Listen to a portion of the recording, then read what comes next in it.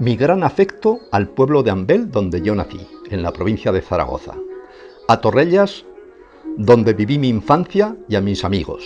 Dedico este documental al hombre noble y valeroso con auténtica voluntad y coraje de autosuperación, al que se construye a sí mismo y en sí mismo se sustenta, con singularidad, con poder de autogobierno, para quien la libertad es el fruto de su disciplina y autodominio. A la antípoda de la nivelación o el rebajamiento, del déspota tirano de la mediocridad rebañega con pretensión cósmica y metafísica, y que desde luego, para impedir la mediocrización, va a ser derrotado y vencido. Al que ama y afirma la vida con límpida actitud dionisíaca, que dice sí a la vida sin excluir nada de ella, que tiene la fuerza y serenidad para asumir el sufrimiento y los aspectos terribles y trágicos de la vida, que tiene en sus labios y en su corazón el amor fati, amor del destino, de lo que es necesario, comprendiendo el vínculo necesario entre individuo y totalidad, entre el propio ser y el ser de la vida, como devenir de vida y muerte. Esta es la afirmación suprema y por consiguiente antinihilista.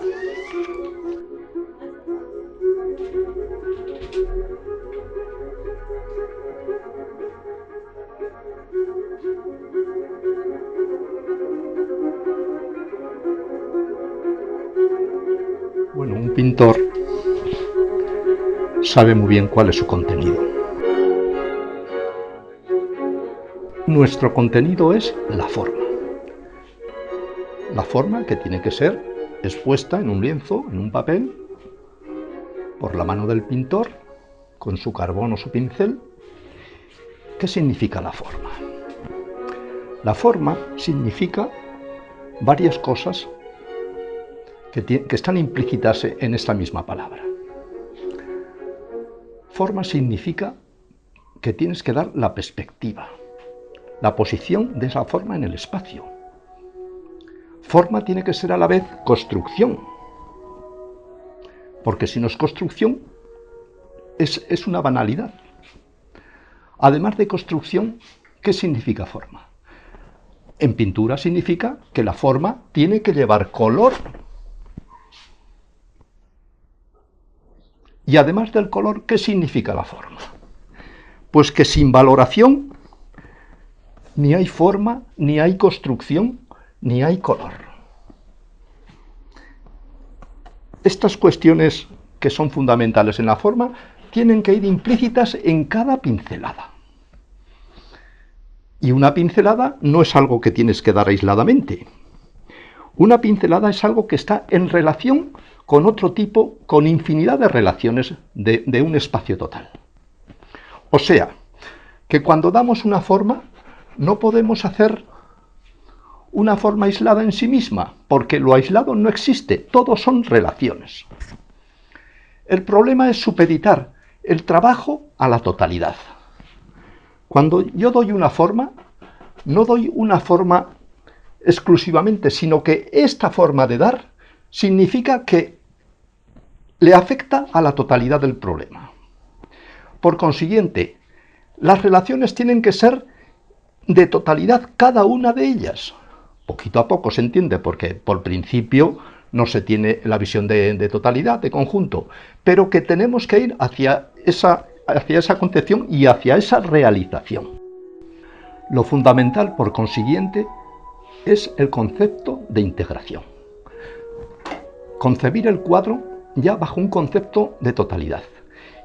Y la realización tiene que ser una integración de formas, de construcción, de valores, de colores, pero siempre con el sentido de la integración.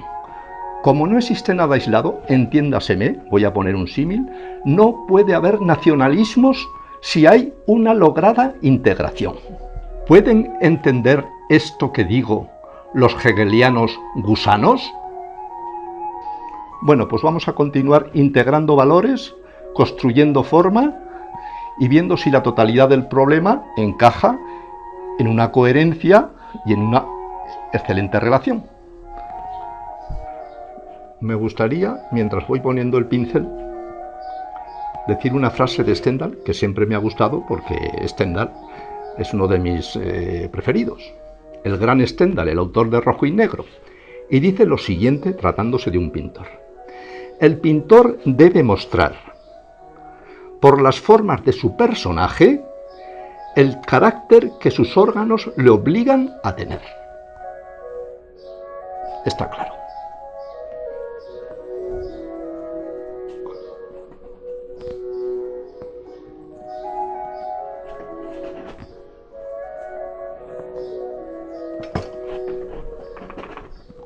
El reto de la antigüedad. Hay que ser capaces de relanzar, de transmitir con el carácter más sólido y noble el poder que el artista de la antigüedad se impuso a sí mismo con valerosa plasmación formal y firme consistencia constructiva.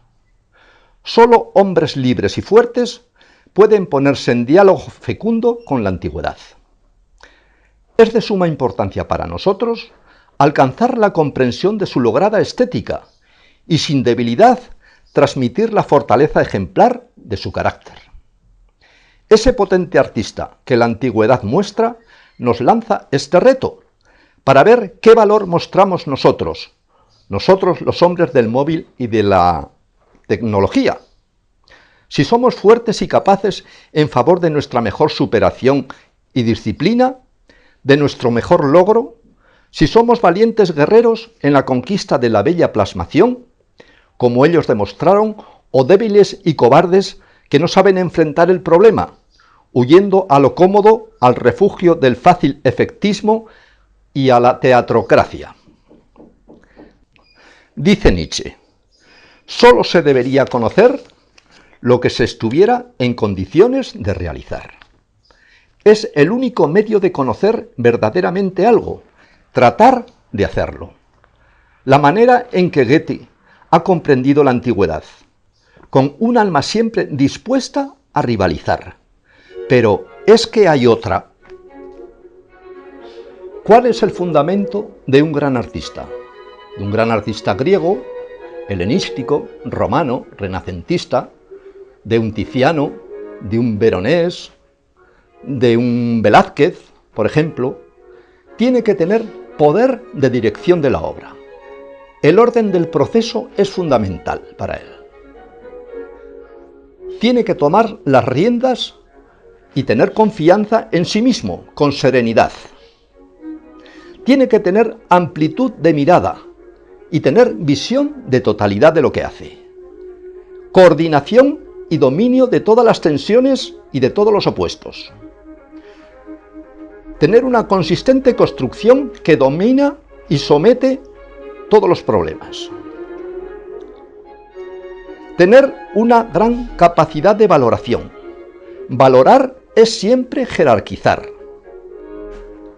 Las valoraciones más fuertes hasta las más sutiles.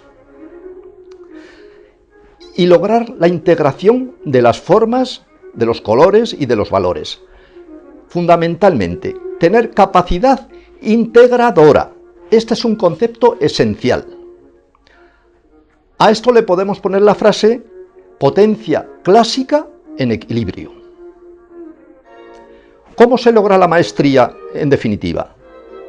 La maestría se logra cuando no se duda, no se vacila ni se yerra en la ejecución.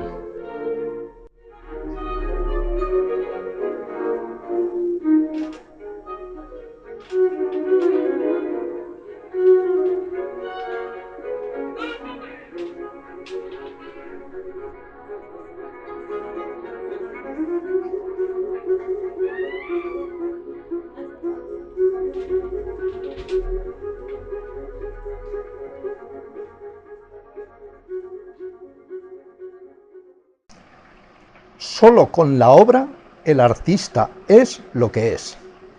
El artista siempre se produce a sí mismo.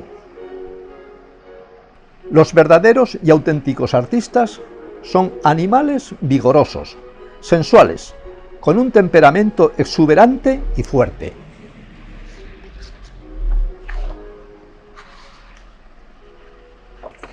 deben tener una especie de eterna juventud y primavera, una especie de embriaguez en el cuerpo. El arte como la manifestación de la gran salud. Podemos ver lo que en arte significa una gran personalidad. Aquí tenemos al Veronés, como las que abundaban en los siglos pasados. Cuando nos plantamos ante los lienzos de Tiziano, del Veronés, de un Rubens, de un Velázquez, de un Rembrandt, percibimos el poderoso espíritu de esos hombres, así en el primer boceto del conjunto de la obra como en el último pormenor. Su sentir, henchido de energía y grandeza, impregna todos los aspectos del lienzo y la noble fuerza de la personalidad artística parece dilatar las posibilidades de nuestro ser hasta el punto de que al contemplar sus creaciones nos sentimos elevados sobre nosotros mismos. En pintura y poesía, la personalidad lo es todo. La personalidad es para Goethe el supremo valor y lo que da derecho al hombre a formular exigencias ante la vida y sus semejantes. Solo el hombre que es puede reclamar libertad de acción, autonomía y, en un plano más amplio, inmortalidad, garantizada por la producción de su obra.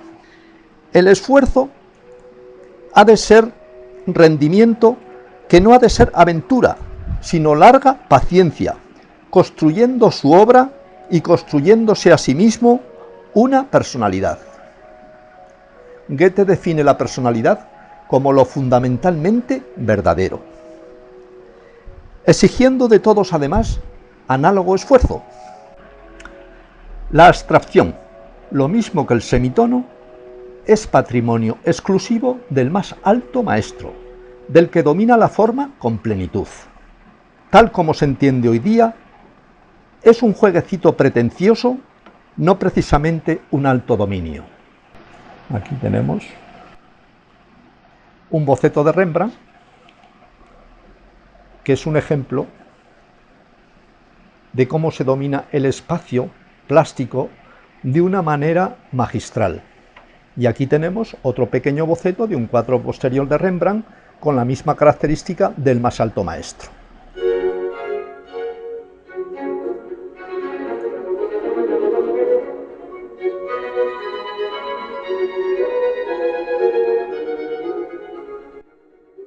Quiero hablar, por ejemplo, del maestro Velázquez. Aquí tengo una fotografía maravillosa de la que he hecho algún estudio particularmente, y vemos el dominio espacial y tonal que tiene semejante maestro.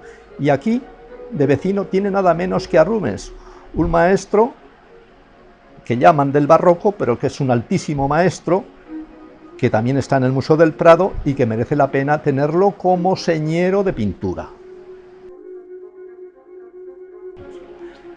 Aquí tenemos un fragmento de una obra de Tiziano, auténtico maestro del semitono. Esto es un ejemplo excelente. Y aquí tenemos el autorretrato que se encuentra en Berlín, una maravillosa pintura en que hace alarde pues, de todas las características fundamentales de un pintor, incluida la abstracción de la que hemos hablado. Aquí tenemos otro gran maestro, que es el Veronés. Este es un cuadro que se encuentra en el Museo del Louvre, un cuadro gigantesco, pero no porque sea grande es bueno un cuadro. Es la calidad la cuestión fundamental de una obra pictórica. Y aquí lo demuestra el Veronés como un auténtico maestro, como las maravillosas obras que tenemos en el Museo del Prado, que son incomparables.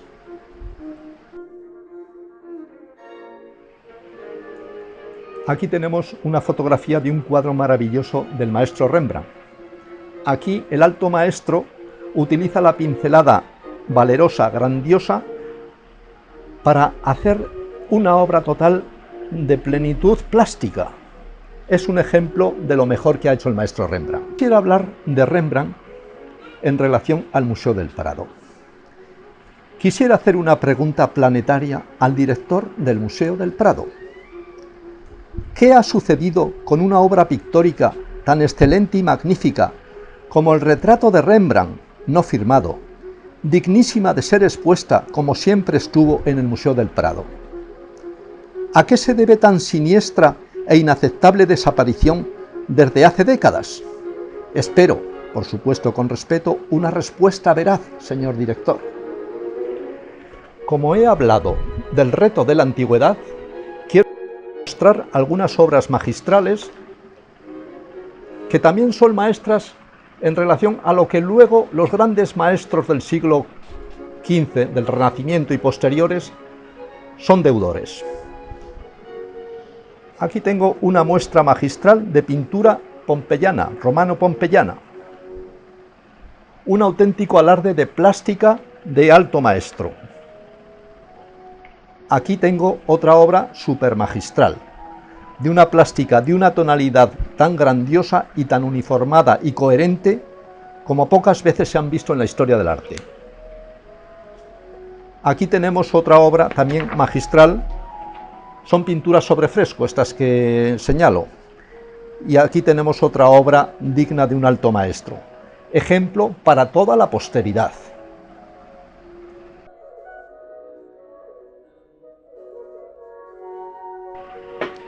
En escultura antigua tenemos ejemplos sobresalientes de cómo tallaban el mármol con maestría consumada, forma y construcción, movimiento y plástica. Todas ellas son el ejemplo de esta maestría.